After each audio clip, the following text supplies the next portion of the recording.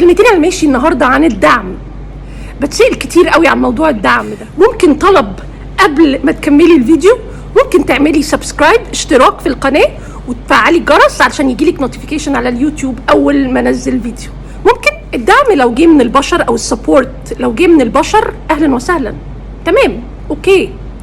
بس ايه اللي صح وايه اللي غلط؟ الغلط ان انا افضل بطلبه ومستنيه ومضيع وقتي بستنى الدعم من البشر سنين ومش بيجي. اما في المقابل دعم ربنا لا نهائي، ملوش اول من اخر، مستمر على طول، سواء كنا كويسين او سواء كنا وحشين احيانا. فهو ده الدعم اللي المفروض نعتمد عليه ونتسند عليه، مش دعم البشر. البشر بقى دول سواء اب، ام، زوج، ولاد، بنات، اخوات، ده دعم بيروح وبيجي.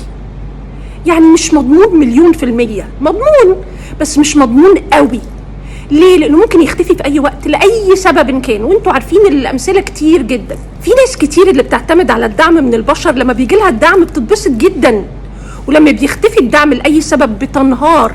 فتفضل المود وحالتك النفسيه طالعه نازله حسب تواجد دعم البشر او اختفائه، ودي حاجه غير مضمونه على الاطلاق. انا كده ببني حياتي وسعادتي وحالتي النفسيه على عوامل خارجيه معتمده على بشر، حاجه ما اقدرش اتحكم فيها اطلاقا. دعم ربنا لينا هو من ضمن الحقائق والثوابت اللي موجوده في الحياه، ولا بتروح ولا بتيجي، مضمون 100%، ثابته طول ما انت قريب منه وبتدعيه وبتطلب منه الدعم، هيفضل دايما هو الداعم الوحيد المضمون في الحياه.